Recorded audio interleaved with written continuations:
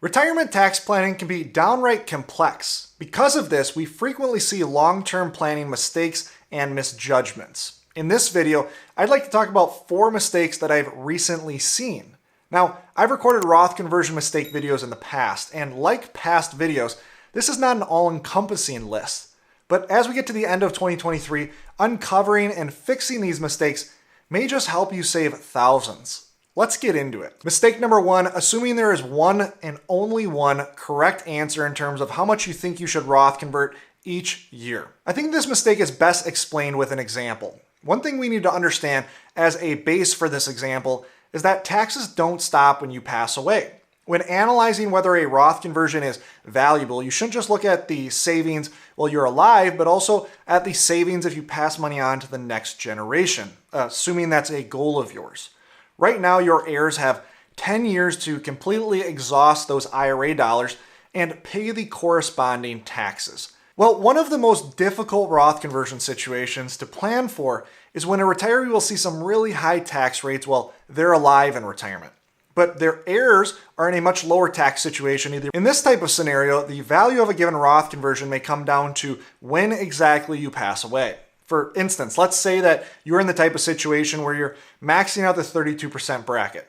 Say you are converting at 32% from ages 65 to 70, and then you pass away at, let's say, age 73. There is a good chance your Roth conversions actually led to tax losses rather than tax gains. You converted at really high rates, 22%, 24%, and 32%, whereas when you pass away early in retirement, your kids, who maybe are in a lower paying job or are in a worse financial situation, would inherit those IRAs and be able to withdraw those dollars at 10%, 12%, 22%. Converting at high rates to avoid low rates, we know doesn't make sense. On the flip side, if you live to the ripe age of 90, you may see massive tax savings from those 32% conversions. And so what is a retiree to do in this situation? Well, it depends on where you're comfortable missing. On the screen is a break-even analysis comparing different Roth conversion maxing the bracket strategies based on when this couple passes away. If this couple stays conservative and only maxes out the 12% bracket, we can see this type of conversion strategy would result in a net tax benefit regardless of when they pass away. However, small 12% conversions will likely only make a small dent in their tax problems that they would see if they continue to live through their retirement. On the flip side, the brown line, which signifies a strategy of maxing the 24% bracket right now and then dropping to the 25% bracket post-Tax Cuts and Jobs Act post-2025, would result in tax losses for the first 12 to 13 years, but if they live long enough, it would give them the highest tax savings at the end of their life.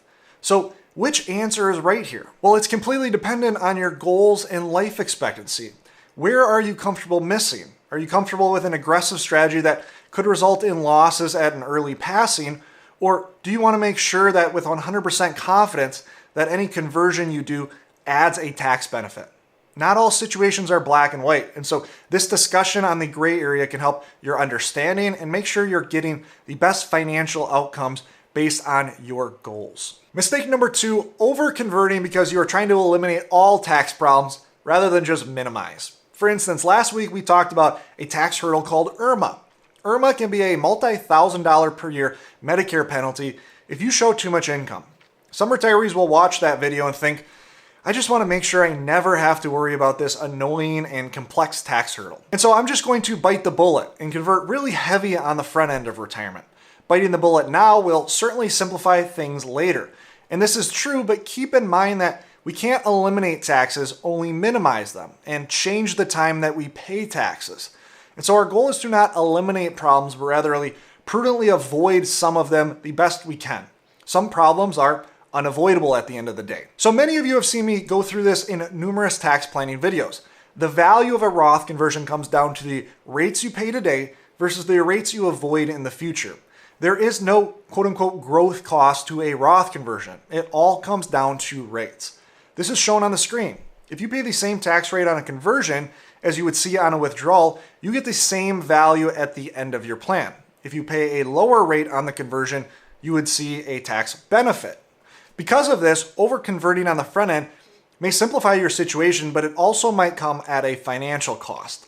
Let me try to explain what I mean. On the screen, I have a graph showing a retiree's highest marginal tax bracket each year in retirement. This is a simplified analysis.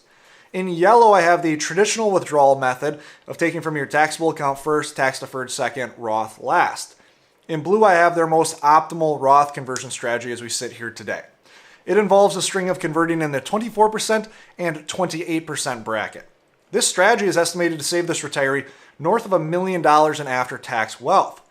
Now, from a bird's eye view, we can see why this strategy makes sense. This retiree, once required minimum distributions start, is forced into the 33 and 35% brackets quickly. As we can see, projecting out 7 years worth of Roth conversions is estimated to save this retiree from seeing the 35% bracket altogether and almost completely avoids that 33% bracket as well. We take an ever increasing tax liability and we essentially smooth it out. But this retiree still has problems. They still have RMDs pushing them into the 28% bracket. This means they will owe IRMA penalties constantly. They will pay more in taxes than this retiree would otherwise like. They are still projected to hit that 33% bracket for the last 3 years of their life. But there's not much else this retiree can do to avoid this. What alternative do they have? Converting at 32% right now wouldn't make sense in my opinion. It risks over-converting, especially with this heirs tax rate, and really the only savings they would have is potentially in those last 3 years by avoiding that 33% bracket. That's a small advantage based on a pretty long-term projection. It's a hard case to be made. And so this retiree will save a ton on their Roth conversion plan, but it's a minimization plan. It won't eliminate all tax problems. And sometimes that's the best you can do. Mistake number 3, letting predictions drive your Roth conversion strategy. Here's a common example of how this mistake manifests. We know here in the United States, we have a major debt problem. As of yesterday, the debt is upwards of $33 trillion. That's over $100,000 owed per citizen. And there's no sign of this runaway debt train stopping. At some point, something has to give. We can't just keep running debt up endlessly. It creates a very fragile financial system long term. Well, at the end of the day, the government has 2 ways to fix this problem. They can spend less, or they can tax the public more. Because of this, many people think taxes will rise at some point in the future. I'm personally in this camp. But a general idea that predicts taxes will rise is not really a prediction, and it certainly shouldn't drive our Roth conversion strategy, because if we are trying to optimize your tax situation, the question is not will taxes rise or fall, but rather by how much and when will this happen. On the screen, I have tax changes that we know are going to happen unless Congress intervenes. We can make tax estimates based on current tax rates versus the post-2025 tax rates. We can get super detailed, but if taxes rise in the future, what will future tax rates be? Will taxes rise across the board? Will taxes rise on just the highest 3 brackets? Will they raise taxes on just capital gains and not on income brackets? Or will they institute a separate tax rate altogether, like a death tax that affects everyone or an added tax on only people above a certain means? You might be right that taxes are going up, but those increases can manifest in a million different ways. Not only do you have to predict that taxes are going up, but you have to predict by how much as well as the timing of when they will rise. That is such a difficult task that I believe you should largely leave this prediction or assumption out of your tax plan. In my experience, I see it harming decision-making far more than it being beneficial. Then finally, mistake number 4, if you've reached out to our team here at Safeguard, you might have found out that our team doesn't do one-time tax plan for retirees. Now, the main reason for this right now is we just simply don't have the capacities. We are swamped with retirees that are looking for a full-service, ongoing relationship. But further, I don't believe one-time planning to be that beneficial. For instance, when we are planning, we are making educated estimates on what the future will look like. Ideally, we want to simulate a lot of different futures and make sure the plan and strategies we are using are valid in a wide-ranging number of those potential futures. But the further out we go, the less certainty we have. This shouldn't be groundbreaking to anyone. If you guess the price level of the S&P 500 next year versus 20 years from now, I'd hope you're a heck of a lot more accurate with next year's guess. The problem with a one-time plan is it's making the best moves based on a wide-ranging future, but then it's not adjusting. Here's a real-world example. Let's say we're sitting here in January of 2020. We might estimate that you want to be maxing out the 24% bracket until the Tax Cuts and Jobs Act ends, and then you're going to drop down and just start filling up the 25% bracket from there. But then the COVID crash happens. If you're following strategies we talk about a lot in our videos, a conversion when the market is down supercharges that conversion. Okay, so the market recovers. 2021 is a strong performance year. Then in 2022, 2023, you are now converting once again in a depressed market. We might find that we are ahead of schedule on conversions. We no longer need to keep maxing out the 24% bracket and instead can stick to maxing out the 22% bracket. My point is the environment is constantly changing and your plan needs to change with it. Here's another example. As we run simulations of the future, I generally like to look at the median result, which is our expected outcome. And then I like to look at the 25th and 75th percentiles. This would be kind of a better than expected trial and then a worse than expected trial. Now it's clear that an optimal strategy will likely shift between these two simulations if we see really good market returns or fairly poor market returns.